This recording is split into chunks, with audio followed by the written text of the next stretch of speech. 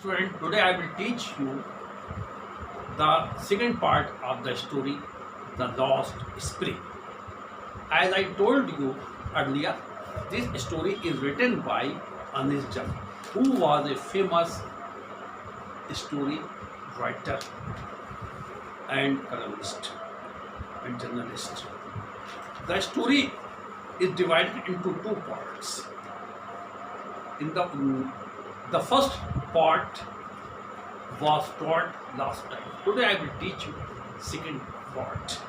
The story describes the pitiable condition of poor children who have been forced to miss the joy of childhood due to socio-economic conditions of the country. The children are denied the opportunity of schooling and are forced into labor early in life. Anis Jung stresses the need to eliminate child labor by educating the children and to enforce the law against child labor by government strictly. The exploitation of children should be stopped.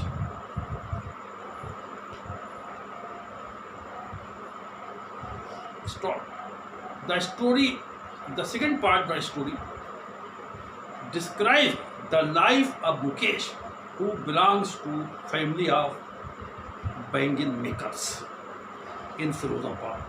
Firozabad is a district of UP. It is well known for its glass blowing industry. यह है lost spring. ये lesson मैंने पिछली बार आपको पढ़ाया था, बताया था कि ये लेसन दो पार्ट में बैठा हुआ है। पहला है some time I found a rupee in the garbage, और सेकंड पार्ट है इसका I want to drive a car.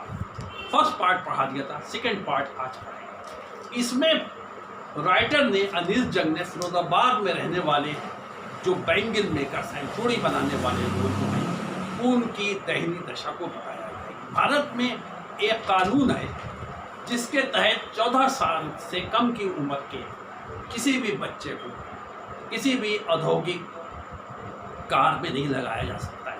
उससे कोई काम 14 साल से कम से बच्चे को से कोई काम नहीं लिया जाता है। ये जो हमारे ये फंडामेंटल राइट्स है, राइट अगेंस्ट एक्सप्लॉयटेशन के बच्चों के, ये शोषण है एक तरह का बच्चों से काम लिया। 14 साल से कम के बच्चे को कानून के तहत 14 साल से कम के बच्चे को किसी भी औद्योगिक इकाई में नहीं लगाया जाता, उनसे कोई लेबर नहीं लिया जा सकता। ये चाइल्ड लेबर है, और चाइल्ड लेबर कानूनी तौर से एक अपराध है। लेकिन इस कानून का दुरुपयोग हो रहा है।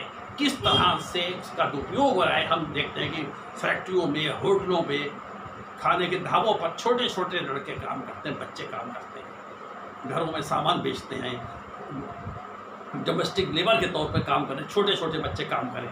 और ये ऐसे बच्चे हैं जो जानते नहीं हैं कि बचपन होता है। बचपन की खुशियाँ उन बच्चों से छीन ली गई हैं। खेल कूद हंसी मजाक कुछ ही जानते नहीं हैं, न वो उन्हें स्कूल कभी गए हैं, न उन्हें शिक्षा प्राप्त हुई है, और न उन्हें कुछ सिखाया गया है। वो सुबह उठे, काम में लग गए और कुछ पैसे कमा के अपने माँ बाप को ला के दे दिए, उससे उनको गुजारा।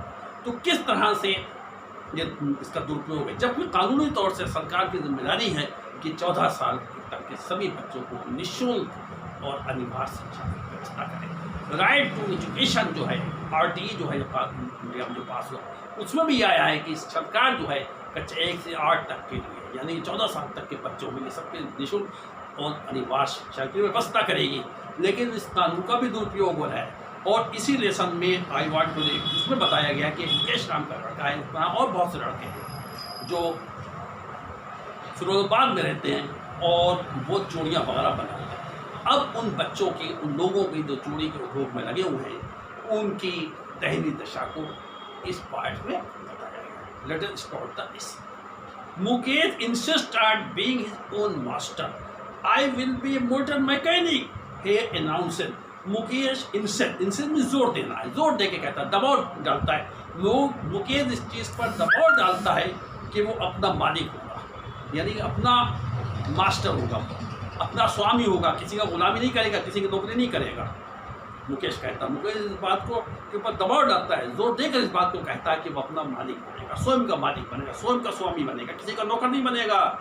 I will be A motor mechanic, वो अनाउंस करता है, इसको ऐलान करता है कि मैं मोटर मैकेनिक बनूंगा, यानी दूसरे की नौकरी नहीं करेगा। मोटर मैकेनिक को हालांकि बहुत बड़ा काम नहीं है, लेकिन उसकी नज़र में बहुत बड़ा काम है जिसमें आज़ादी है, वो बनेगा। Do you know anything about cars? I ask. अब अनिल जंग जो है, राइटर जो है, वो उससे पूछती है मुकेश से, क्या तुम कारों के बारे में कुछ जानते हो? इस पर मुकेश जवाब देता है, I will learn to drive a car, मैं कार चलाना सीखूंगा। ही आंसर, वो जवाब देता है, लुकिंग स्ट्रेट इनटू माई, और जब कोई जवाब देता है तो सीधा उसकी निगाह जो है वो सीधी अनिल जंग की आंखों पर, वो अनिल जंग के मुंह की तरफ, आंखों की तरफ देख करके जवाब देता है कि मैं कार चलाना सीखूंगा। He dream looms like a mirage amidst the dust of state that fill his own Firozabad, famous for its bangles. करी कि ये ड्रीम, उसका सपना जो है लूम में धुंधला दिख रहा है, लाइक ए मैरिज। मैरिज कहते हैं रेगिस्तान में, कहीं पर रेगिस्तान में जब आप धूल में आपको बहुत दूर पानी दिखाई देगा, ऐसा दिखाएगा, लेकिन वहाँ जाकर देखेंगे तो पानी नहीं होगा, यानी एक धोखा होता है, एक भ्रम होता है कि पानी का, लेकिन वहाँ जाकर देखे पानी नहीं दिखेगा, तो मैरिज है। रेगिस्तान एरिया में हवा चलती है, बहुत दूर दिखता है कि पानी है, लेकिन वहाँ देखेंगे पानी नहीं, तो उसका सपना जो है वो धुंधला दिखता है। जैसी जस्ट भी धूल, जैसी कि गलियों की धूल में जो फिरोजाबाद में भरी रहती हैं, और कौन फिरोजाबाद में, जो चूड़ियों के लिए मशहूर है, चूड़ियों के लिए फिरोजाबाद प्रसिद्ध है, और इस शहर की गलियों में उसका सपना जो है वो एक झूठा मालूम होता है, एक मैरिज की तरह मालूम होता है, धुंधला मालूम होता है कि वो ऐसा कर नहीं पाएगा। Every other family in Firozabad is engage in making, Firozabad में हर एक दूसरा परिवार जो है चूड़ी के काम में लगा हुआ है। फिरोजाबाद का बहुत ही फेमस काम है चूड़ी का। फिरोजाबाद में हर दूसरा परिवार जो है वो चूड़ियों के काम में लगा हुआ है, चूड़ी बनाने के काम में लगा हुआ है। It is the centre of India glass blowing industry, और फिरोजाबाद जो है भारत की ग्लास ब्लूइंग इंडस्ट्री में उद्योग, शीशे से बनने वाली चीज़ है। फिरोजाबाद जो है वो ऐसा केंद्र है भारत में जहाँ पर शीशे से चीज़ें बनती हैं, शीशे से चीज़ें बनती हैं, काम चूड़ी वगैरह बनती हैं। Where families have spent generation working around furnace भट्टियाँ, और जहाँ पर परिवार जो है वो कई पीढ़ियों से भट्टियों के पास बैठ करके काम करते हैं। क्या काम करते हैं? बिल्डिंग गिलासेस, शीशे को पिघलाते हैं लोग, making bangles for all women in the land, और औरतों के लिए चूड़ियाँ बनाते हैं। तो फिरोजाबाद का मेन इंडस्ट्री जो है, मुख्य उद्योग जो है वो चूड़ियाँ बना। वहाँ पर आप देखेंगे कि औरतें, बच्चे सब जो भट्टी होती है, भट्टियों के पास बैठे रहते हैं और शीशे को पिघलाते हैं, पिघलाने के बाद में उसको शेप करते हैं, ढाल देकर तो उसकी चूड़ियाँ बनाते हैं। मुकेश फैमिली, मुकेश की परिवार के उन्हीं लोगों में से जो चूड़ियाँ बनाते हैं। None of them know that it is illegal for, illegal में गैर कानूनी, like him to work in the glass furnace with high temperature. उनमें से कोई भी इस बात नहीं जानता है कि मुकेश जैसे बच्चों के लिए ऐसी भट्टियाँ जिनका टेम्परेचर, जिनका तापमान बहुत ऊंचा रहता है, उन भट्टियों के पास बैठ करके काम करना गैर कानूनी है। ये चाइल्ड लेबर है जो कानून के खिलाफ है। उनमें से जो लोग काम करते हैं वो ये नहीं जानते हैं कि मुकेश जैसे बच्चे के लिए इन तेज तापमान वाली भट्टियों के पास बैठ करके काम करना गैर कानूनी है। इन डिंगी सेल्स, और डिंगी में अंधेरी कोठरियों में विदाउट, जहाँ ना हवा आ रही है ना रोशनी आ रही है, ये गलत है, कानून के खिलाफ है। That the law if enforce would get him and all those 20,000 children out of hard furnace where they slog their daylight hours. Slog में काम करना, अगर कानून को, ये सब गैर कानूनी है काम करना, कानून के खिलाफ है। अगर कानून को सही तरह से पालन किया जाए, अगर कानून को सही तरह से इन्फोर्स किया जाए, सही तरह से कानून का इम्प्लीमेंट किया जाए, इम्प्लीमेंटेशन किया जाए, कानून को सही तरह से लागू किया जाए, तो मुकेश जैसे 20,000 बच्चों को इन गर्म भट्टों के पास बैठ करके काम करने से छुटकारा मिल सकता है। कानून के ढील है, हालांकि कानून में ये इलीगल है, गैर कानूनी है कम उम्र के बच्चों से, 14 साल के उम्र के बच्चों से काम लेना। लेकिन मुकेश जैसे हज़ारों बच्चे, 20,000 बच्चे उन तेज़ तापमान वाली भट्टियों के पास बैठ करके अंधेरे में सुबह शाम तक काम करते हैं। अगर कानून को सही तरह से लागू किया जाए तो मुकेश जैसे 20,000 बच्चों को इससे छुटकारा मिल सकता है, इस काम से चूड़ी बनाने के काम से छुटकारा मिल सकता है।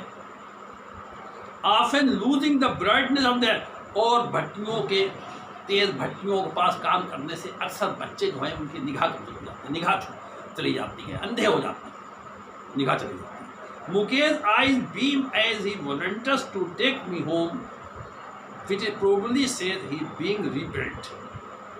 अब मुकेश जो है वो राइटर को, अनिल जंग को अपने घर ले जाता है और घर जाते समय वी वॉक डाउन स्टिंकिंग में, बदबू आती हुई लेन में गलियों, क्लाउडेड विद गार्बेज, चौक में भरी पड़ी है गार्बेज में, कूड़े से।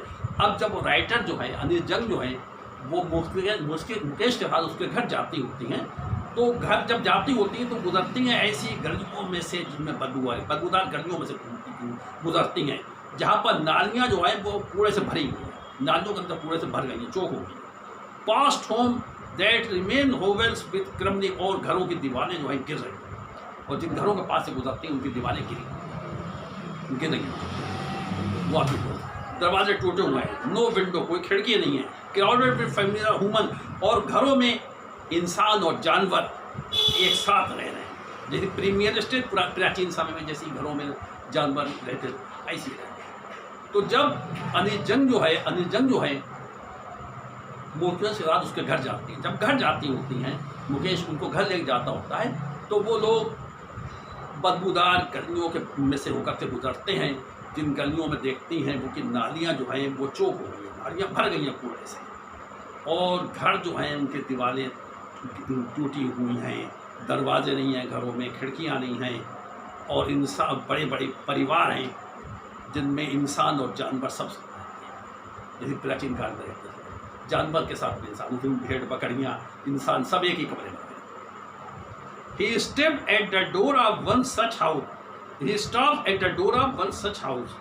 Bangs a bobby iron door with his foot. अब मुकेश जो है वो एक ऐसे घर के पास रुक जाता है और अपने पैर से दरवाज़ा खोलता है, दरवाजे में पैर मारता है, पुश इट, और ढकेल करके दरवाज़ा पैर से खोल देता है। We entered a half built shack, और वो ऐसे घर में दाखिल होते हैं जो आधा बना होता है, अधूरा होता है। In one part of it thatched with dead grass, उसका एक हिस्सा जो है वो सूखी हुई थैच में छाया हुआ है, उसका घर का एक हिस्सा जो है वो सूखी घास से छाया हुआ है, उसकी छत जो है सूखी घास से पटी हुई, सूखी घास से छाया हुआ है। इज ए फायरवुड स्टोव, यानी वो एक घर में दाखिल होते हैं, उसका एक हिस्सा जो है घर का आधा खुला हुआ होगा, आधा हिस्सा जो है सूखी घास से छाया हुआ, उसकी छत जो है सूखी घास से बनी हुई, और उसमें जो है एक हिस्से में एक फायरवुड स्टोव, एक लकड़ी का चूल्हा है, लकड़ी से जलने वाला एक चूल्हा रखा है, which sits a large vessel of sizzling spinning, और उस चूल्हे के ऊपर एक बड़ा बर्तन रखा हुआ है जिनमें साग पक रहा है, साग के पत्ते पक रहे हैं, क्या पक रहा है, पालक के पत्ते पक रहे हैं, स्पाइनिश कहते हैं पालक। वो देखता है, एक घर में जाता है और देखता है कि एक लकड़ी का, जब अनिल जंग मुकेश के साथ उसके घर में जाती हैं, वो देखती हैं घर में छप्पर पड़ा है, एक हिस्से में छप्पर पड़ा और उसमें एक चूल्हा, लकड़ी का चूल्हा जल रहा है, उस चूल्हे पर एक बर्तन रखा है, बर्तन में पालक रखा है। On the ground in large aluminium प्लेटों में मोर चाप्ड वेजिटेबल, और ज़मीन के ऊपर अल्मुनियम की प्लेटों में, बड़ी बड़ी प्लेटों में चाप में कटी हुई सब्जियाँ रखी, कटी और सब्जियाँ रखी, पालक पक रहा है, और ज़मीन के ऊपर, ग्राउंड के ऊपर बड़ी प्लेटों में कटी हुई सब्जियाँ रखी और सब्जियाँ रखी। ए फ्रेंड में फिजिकली वीक, कमज़ोर, young women is cooking the evening meal for the whole family, एक कमज़ोर, शारीरिक रूप से कमज़ोर नौजवान औरत जो है वो परिवार के लिए शाम का खाना बना रही है, पूरे परिवार के लिए शाम का खाना बना रही है। एक कमज़ोर नौजवान औरत जो बहुत कमज़ोर हो गई है, वो पूरे परिवार के लिए शाम का खाना बना रही है। Through eyes filled with smoke हाँ, उसकी आंखें जो हैं धुआं भर से भरी हुई हैं, उसकी आंखों में धुआं आ रहा है, लेकिन वो मुस्कुरा रही है। She is the wife of Mukesh Elder. वो औरत कौन है? वो मुकेश के बड़े भाई की बीवी है। जो औरत खाना बनाने में कौन है? मुकेश के बड़े भाई की बीवी है। Not much older in years, अभी उसकी उम्र ज़्यादा नहीं है, लेकिन she has begun to command respect as the bahu the daughter in law. लेकिन वो परिवार की बहू है और बहू के रूप में उसको सम्मान प्राप्त हुआ है।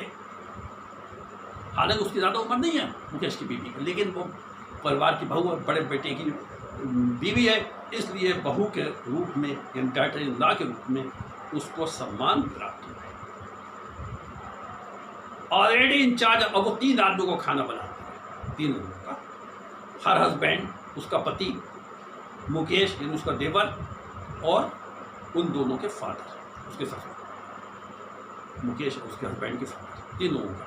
When the older man enters, जब बड़ा आदमी, बूढ़ा आदमी यानी उसके ससुर जो हैं वो घर में आते हैं, she generally withdraws behind the broken wall, तो वो चुप्पे से टूटी हुई दीवार के पीछे चली जाती है। जब उसके ससुर आते हैं, जब उसके फादर आते हैं घर में, तो वो बहू जो है चुप्पे से टूटी हुई दीवार के पीछे चली जाती है। एंड ब्रिंग्स हर व्हील में घूंघट, और चेहरे पे घूंघट डाल देती है। ये इंडिया में एक कस्टम है कि औरतें जो हैं वो अपने हस्बैंड के बड़े भाई हैं या जेठ हैं उनके, या ससुर वगैरह उनके सामने घूंघट करते हैं। ये कस्टम है, मॉडेस्टी है उनके अंदर, मॉडेस्टी के तौर पर, विनम्रता के तौर पर। जब उसके ससुर आते हैं बहू के, तो वो चुप्पे से दीवार के पीछे चली जाती है, ऊँची दीवार के पीछे चली और अपने मुंह पर घूंघट डाल देती है। एज कस्टम, क्योंकि ये कस्टम रिवाज है। क्या रिवाज है? Daughter in law must veil their faces before male leaders, कि बहुएं जो हैं, जो परिवार में बड़े आदमी हैं, मेल जो हैं, जो बड़े पुरुष हैं, उनके सामने घूंघट करें, पर्दा करें। In this case the elder is impoverished bangle maker. इस मामले में बड़ा कौन है? वो गरीब चूड़ी वाला है, चूड़ी बनाने वाला है, यानी उसका ससुर है। Despite long years of hard labour first idle tailor then bangle maker. उसके ससुर ने जिंदगी भर मेहनत कर ली, जिसके बावजूद, लेकिन इतने कई सालों तक, कई वर्षों तक मेहनत करने के बावजूद, कैसे मेहनत करी? पहले तो उसने एक टेलर का काम करा, यानी उसके ससुर ने, यानी मुकेश के फादर ने कई साल तक लगातार मेहनत करी। कैसे मेहनत करी? कई साल तक तो टेलर का काम, सिलाई का काम करे, और फिर चूड़ी बनाने का काम शुरू करा। इसके बावजूद he has failed to do renovate, दोबारा बना, इसके बावजूद वो दोबारा घर नहीं बना पाया।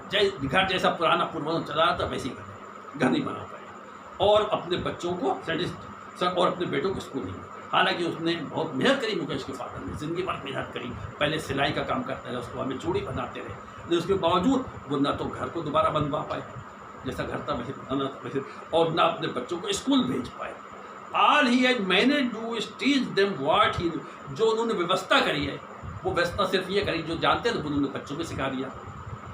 वो क्या जानते थे? The art of making bangle, चूड़ी बनाने की कला खुद जानते थे, तो वही कला उन्होंने अपने बच्चों को सिखाई। इट इज द कर्म हिज डेस्टिनी से मुकेश ग्रैंडमदर। मुकेश की दादी जो हैं वो कहती हैं ये कर्म है, कर्म है, भाग है, किस्मत है, जो किस्मत में हमें था वो मिल गया।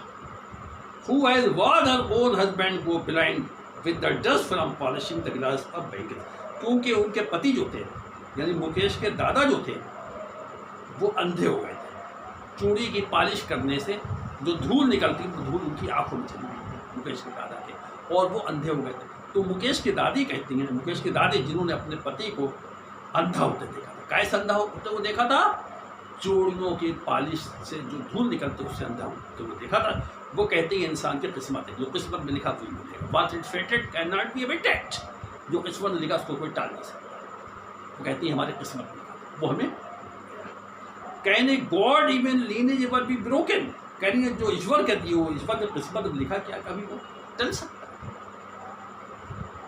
शी इम्प्लाई में कहना जोर देकर कहती है born in the cost of bangle maker, क्योंकि वो लोग चूड़ी बनाने वालों की जाति में पैदा हुआ है। एक जाति ऐसी जो चूड़ी बनाती है, जिनका पूर्वजों से ये काम चला रहे हैं, क्योंकि भारत में वर्ण व्यवस्था कास्ट के हिसाब से काम बैठे हुए हैं। सिलाई करने वाले काम अलग हैं, बाल काटने वाले अलग हैं, कुछ लोगों का ख़ानदानी काम चला रहा है बाल काटने का, इसी तरह से कुछ का चूड़ी बनाने का काम चला रहा है, कुछ का कपड़े सीने का ख़ानदानी काम चला रहा है।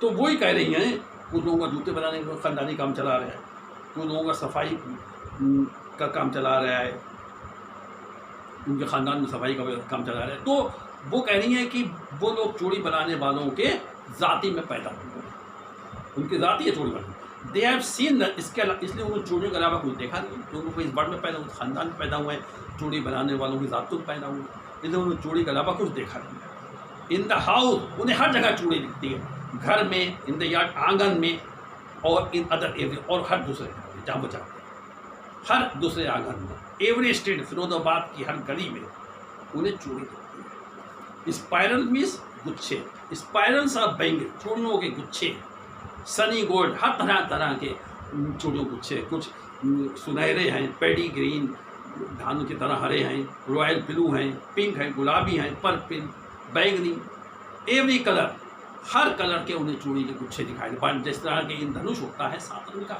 जो आसमान में धनुष दिखाई देता है, इसी तरह उन्हें चूड़ियों के तरह तरह के गुच्छे दिखाई देते हैं, हर कलर के गुच्छे दिखाई देते हैं। लाइट मूड में ढेर में लगे होते हैं। Unkempt yards are piled on 4 wheeled, और ये मूड्स इन अनकेप्ट में गंदे, ये हर जगह चूड़ियाँ दिखाई देती हैं, और उनके गंदे झुंड जो है आंगन में वो ढेर लगे होते हैं चूड़ियों। और 4 व्हील्ड हार्ट का, और वो ठेले आते हैं, 4 पहिए जब ठेले आते हैं, वो लोग उन चूड़ियों को ठेले पर डाल लेते हैं। कुछ बाइक जिसको नौजवान चलाते हैं, और ले लेकर के नैरो लेन्स ऑफ सेंटी, और उस गंदे शहर की गलियों गलियों बेचते हैं, यानी उनके घर में चूड़ियों का ठेर लगे रहते हैं, तरह तरह की रंगीन चूड़ियाँ, और फिर वो चूड़ियों को ठेले पर रखते हैं, और ठेले पर रख करके फिरोजाबाद के ठेले पर रखते हैं, जिस ठेले को वो हाथ से खींचते हैं, 4 पहिया ठेला होता है, हाथ से खींचते हैं, और उस ठेले को पे रख करके फिरोजाबाद की गंदी गलियों में वो बेचते हैं चूड़ी।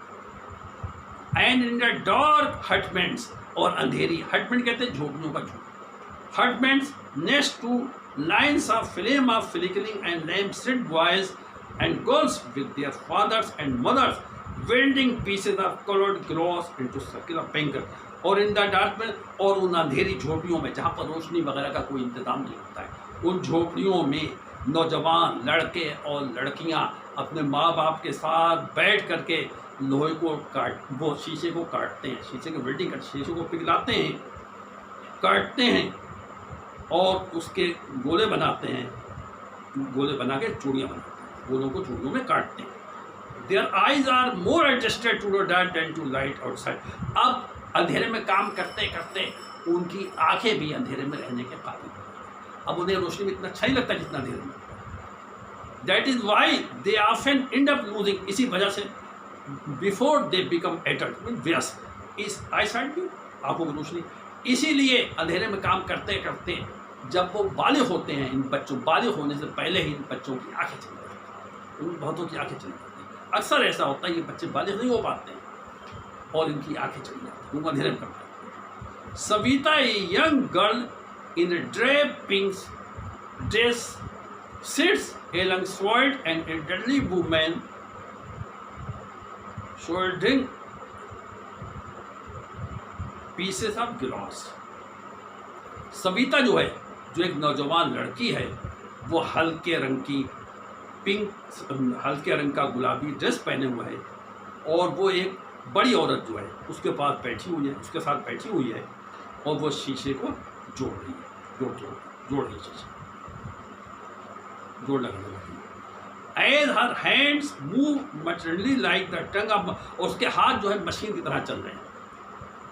आई wonder if she knows the sanctity of the bangle she helps me. अब राइटर कहती है, अनिजंग आश्चर्य करती हैं कि आश्चर्य होता है कि क्या वो चूड़ियाँ बना लिए, लेकिन चूड़ियों की क्या पवित्रता है उसके बारे में उसे मालूम है। चूड़ियों क्या पवित्र, चूड़ियाँ कब है, चूड़ियाँ जो है स्वाद की निशानी होती है औरत की, जब शादी होती है पहनती, तो कह रही है कि क्या वो इन चूड़ियाँ बना रही है, उसको चूड़ियों की क्या पवित्रता है इसके बारे में मालूम है।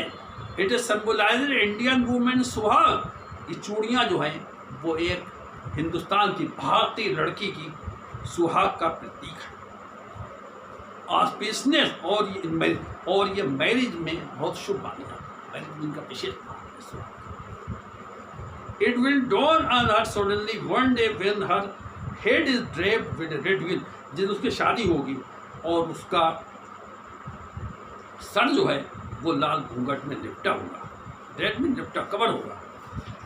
हर hand dyed red with henna, और उसके हाथ जो है हाथों में मेहंदी लगी हुई और उसके हाथ मेहंदी से लाल होंगे, और रेड बैंगल, और उसके कलाई में रेशमी कलाई में चूड़ियाँ होंगी, चूड़ियाँ उड़काई पहनी हुई। शी विल देन तब वो दुल्हन बनेगी, तब वो चूड़ियों के महत्व को समझेगी। Like the old women beside her who become one many years ago, जिस तरह से और उसके आसपास की औरतें जो हैं जो कई साल पहले बन गई हैं। She still has bangles on her wrist, जो कई साल पहले दुल्हन बन गई थी, वो अब भी अपनी कलाई में चूड़ियाँ पहनी हुई हैं। बट नो लाइट, लेकिन उनकी आंखों में रोशनी नहीं। एक यार शेर भर खाना भी मिलता नहीं। वो कहती है अपने वॉइस में कि she has not enjoyed one full meal, कि पूरी ज़िंदगी में उसे कभी भी पेट भर खाना नहीं मिला। सविता कहती पूरी ज़िंदगी भर पेट भर खाना नहीं मिला है। दैट वर्ड शी है रेप, और उसने क्या रेप में काटा, उसने क्या काटा, उसे क्या मिला है। Her husband and old man with flowing beard से, उसके पति जो बूढ़े हुए हैं उनकी दाढ़ी जो है हवा में उड़ रही है, उनकी दाढ़ी हवा उड़ रही। वो कहते हैं आई नो नथिंग एल्स, वो कहते हैं मुझे चोटियों के अलावा कुछ नहीं मालूम है। All I have done is to make house for the family to live, जो मैंने ज़िंदगी में करा है सिर्फ इतना करा है कि परिवार के रहने के लिए एक मकान बना है, उसके अलावा मैं कुछ नहीं कर पाया ज़िंदगी। Hiring him, one wondered if he had achieved what many have failed to realize. ये सुन करके आश्चर्य भी होता है, क्योंकि उन्होंने ज़िंदगी में एक मकान बना लिया है, लेकिन बहुत से लोग ऐसे होते हैं जो मकान भी नहीं बना पाते, जिनको ये भी नहीं हासिल होता, उन्होंने कम से कम मकान तो बना लिया है। He has roof over his head, और उनके सर के नीचे सर के ऊपर कम से कम छाया तो है, एक छत तो है सर के ऊपर, और उनके पास ये भी नहीं है। The cry of not having money to do anything except carry on the business of making bangle not even enough to eat rings in every, हर घर में यही आवाज़ सुनाई देती है, हर घर की यही प्रॉब्लम है कि उनके पास खाने के अलावा कुछ नहीं बचता है। चूड़ियाँ बना करके खाना पैदा करते हैं, इसके अलावा उनके पास कोई काम नहीं, और न पैसा है जो कोई काम करना। हर घर में यही आवाज़ है कि उनके पास चूड़ी बनाने के, खाना पैदा करने, इसके अलावा कोई काम ही नहीं। The young man echo the lament of their elders, नौजवान लोग हैं वो भी यही रोते हैं, रोना रोते हैं जो उनके बड़े रोते हैं कि उनके पास इतना पैसा नहीं कोई और काम करें चोरी के अलावा। Little has moved with time it seems in Firozabad, Firozabad में किसी चीज़ में कोई तब्दीली नहीं। Years of mind numbing, mind numbing means सुन करते थे। Toil have killed all initiative, उन्होंने जिंदगी भर मेहनत करी, ऐसी मेहनत करी है जिससे उनका जिस्म पूरा सुन हो गया, दिमाग सुन हो गया, और वो इस काबिल नहीं रहे हैं कि कोई पहल कर सके, कोई इच्छा कर सके। यानी इतनी मेहनत ने जो उन्होंने भट्टी के पास बैठ करके मेहनत करी, इससे उनका दिमाग सुन हो गया है, और वो किसी तरह की कोई उनका इच्छा नहीं रही, कोई इनिशिएटिव लेने को, कोई पहल करने को लोग तैयार नहीं हैं, और न वो किसी चीज़ का सपना है। Why not organise your self into a cooperative, अब अनिल जंग उन लोगों से चूड़ी बनाने में लोगों से कहते तो अपने का कोऑपरेटिव क्यों नहीं बना लेते। तो मैं एक कोऑपरेटिव में यूनियन, तुम लोग यूनियन क्यों, जिस तरह से यूनियन होते हैं, हर जगह किसान यूनियन होती है, किसानों हितों के लिए काम करते हैं, लेबर यूनियन होती है, लेबर हितों के लिए काम करती है, वो देखती है कि लेबर का एक्सप्लॉयटेशन हो, शोषण ना हो। इसी तरह से चूड़ी बनाते हैं बेचारे, इनको सही दाम नहीं मिल पाते चूड़ियों के, बिचौलियों जो हैं सस्ता माल खरीद के महंगा माल बेचते हैं। तो अनिल जंग उन लोगों से कहती है तुम लोग अपने यूनियन क्यों नहीं बना सकते, यूनियन तुम्हारे हितों के लिए काम करेगी, तुम्हें सही प्राइस दिलाएगी, तुम्हारा एक्सप्लॉयटेशन शोषण नहीं हो पाएगा, ये कहती हैं।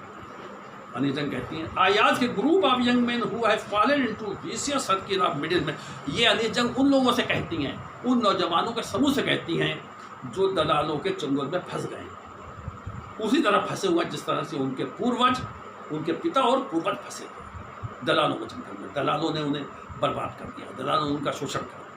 सस्ता खरीद लेते, महंगा बेचते हैं सामान। इस पर वो लोग कहते हैं even if we get organise we are the ones who will be hold up by the police. वो लोग कहते हैं अगर हम अपने आप लोगों को संगठित कर लें, ऑर्गेनाइज कर लें, संगठित कर लें, यूनियन बना लें, तो पुलिस हमें घसीटेगी, पुलिस हमें परेशान करेगी, पीट मारेगी और जेल में डाल देगी और कहेगी तुमने इलीगल, गैर कानूनी काम करा है।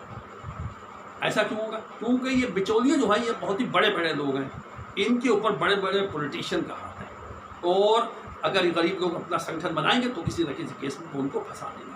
ये बिचौलिए जो है, मिडिल मैन जो है, इनके ऊपर पॉलिटिशियन का हाथ है, बड़े बड़े नेताओं का हाथ है, और इसलिए ये लोग गरीबों को संगठित नहीं होने देते हैं। अगर वो संगठित होने की कोशिश करेंगे कि किसी न किसी केस में उनको फंसा देंगे।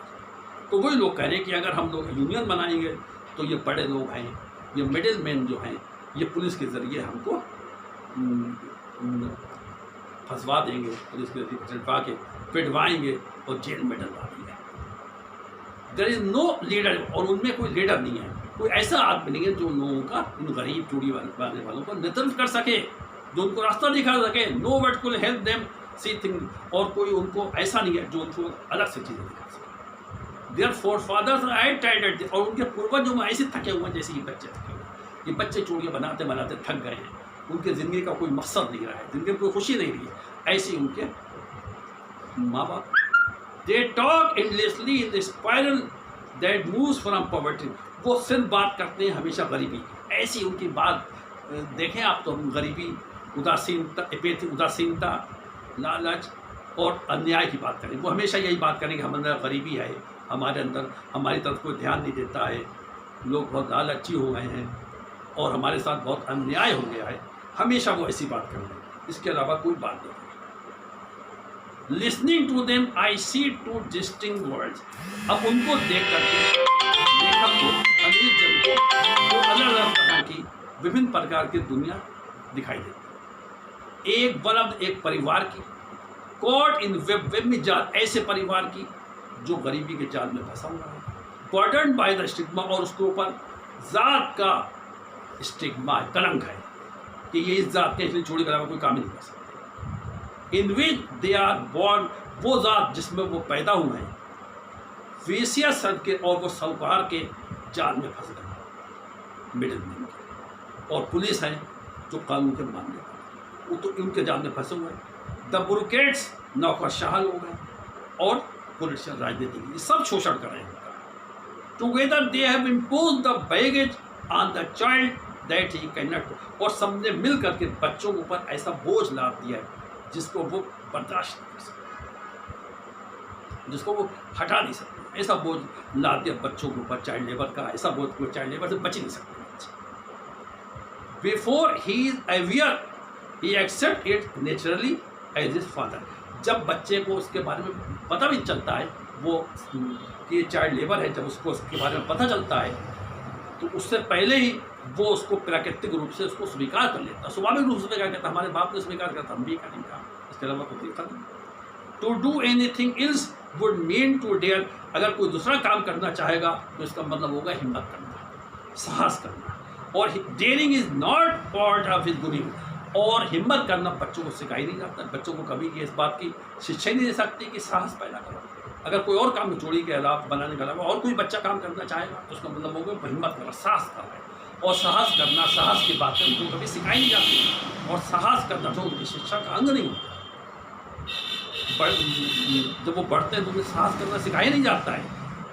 When I sense a flash of it in Mukesh I am cheered, जब राइटर को, अनीश जंग को मुकेश के अंदर इसकी कुछ रोशनी दिखाई देती है, साहस की कुछ